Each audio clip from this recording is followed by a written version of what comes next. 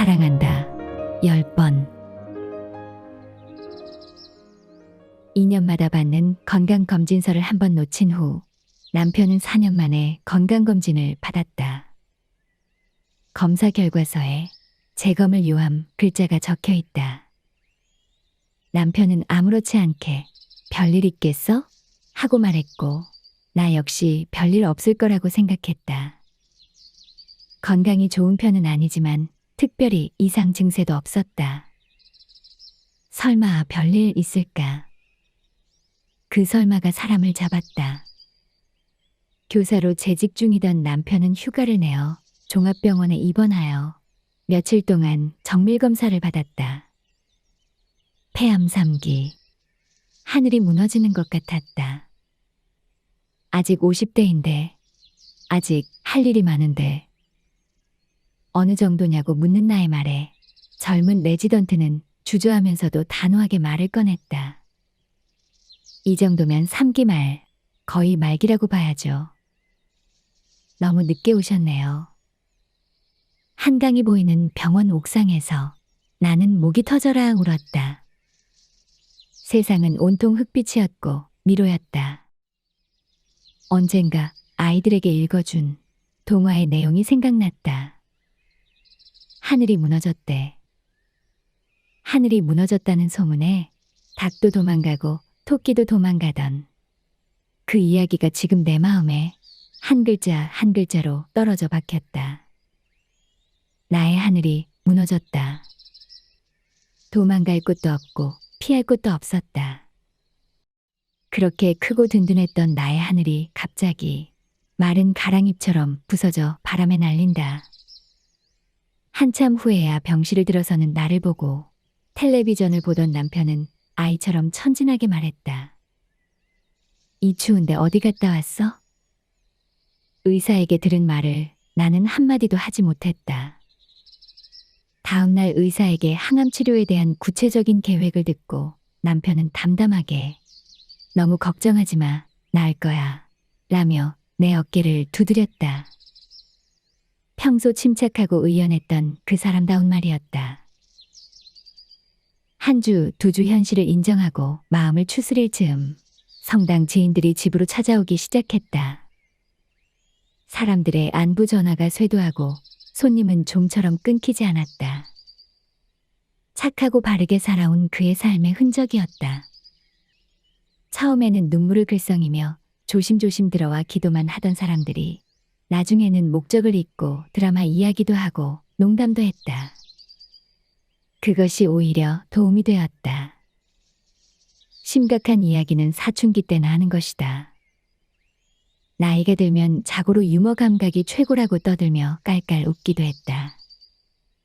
다용도실에는 음식이 쌓여가고 남편의 컨디션도 좋아졌지만 마음 깊숙이 스며있는 불안은 사라지지 않았다. 누군가에게 위로랍시고 했던 이야기들이 마른 낙엽처럼 부서졌다.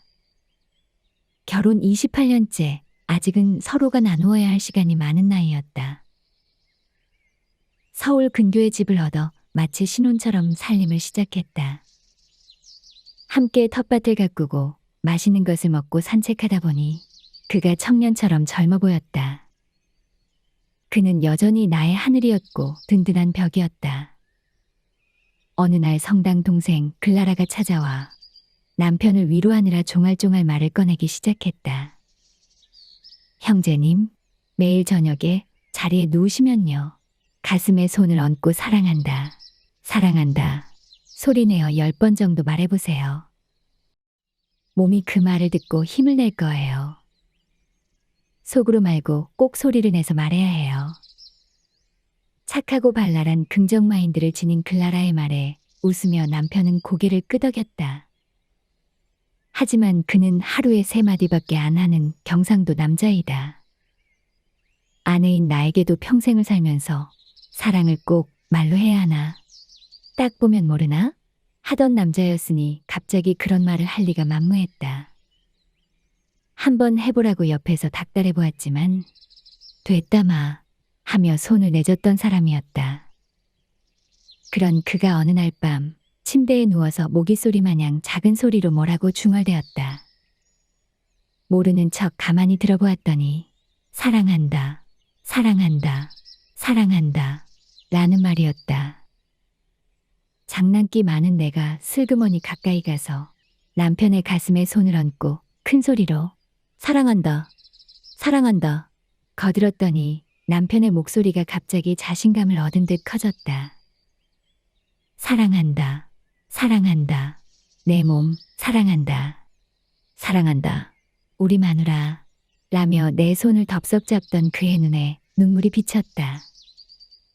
어둡고 힘든 1년 반의 시간이 사랑한다, 사랑한다 라는 합창으로 후딱 지나갔다.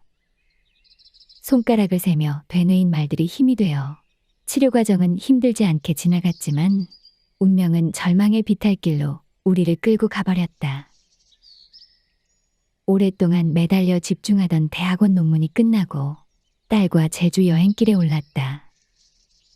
부드러운 해풍을 맞으며 바다를 걷다 보니 몸과 마음이 힐링이 되었다. 걷는다는 것에 기쁨을 느끼며 가파도 섬을 정신없이 돌아다녔다. 그런데 갑자기 오른쪽 무릎에 말로 다할 수 없는 고통스러운 통증이 찾아왔다. 골수를 쪼개듯 숨을 멎을 것 같은 통증이었다. 부랴부랴 서울로 돌아와 병원을 갔더니 퇴행성 관절의 오른쪽 무릎 연골이 손상되었다고 한다. 기대를 가지고 떠난 제주 여행 이후 몇 달째 통증 주사를 몇 번이나 맞고 물리치료를 계속했지만 좀처럼 다리는 낫지 않았다. 조금 좋아지는 듯 하다가도 어쩌다 걸음의 각도가 조금만 어긋나거나 무리하게 걸으면 다시 통증이 찾아왔다. 나이도 있고 몸무게도 있으니 관절이 고생하는 것도 당연하지만 운전을 하기도 불편하고 계단을 오를 수도 없었다. 코로나19로 마음이 힘든 데다 다리까지 불편하니 몸과 마음이 만신창이가 된 기분이었다. 침대에 가만히 누워 며칠을 지내고 있자니 갑자기 그 동생이 가르쳐주던 그 말이 생각났다. 8년 전 함께 손을 잡고 읊조리던 사랑한다, 사랑한다 의 합창이 벽에 걸린 남편의 사진 속에서 희미하게 떠올랐다. 액자 속의 저 남자는 내가 아파할 때마다 안쓰럽게 나를 보고 있겠지.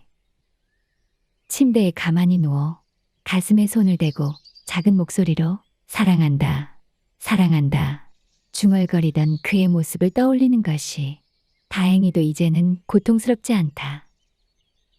시간은 나를 무덤덤하게 한 대신 훨씬 더 단단하게 만들었다. 세월은 정말 힘이 센 것 같다.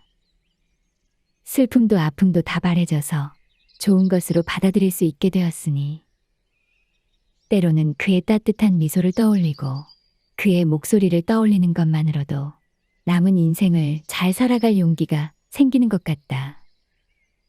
조심조심 침대에서 일어나 오른쪽 무릎을 쓰다듬으며 1번, 2번, 10번 손가락을 세며 중얼거린다. 사랑한다. 내 몸 사랑한다. 내 다리. 부드러운 봄바람 속에 그의 목소리가 반영되어 내게 들려온다.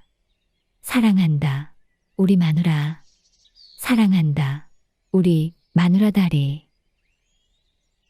문학마당 2022년 54호에 실린 김보혜님의 수필 사랑한다 10번 이라는 제목의 수필이다.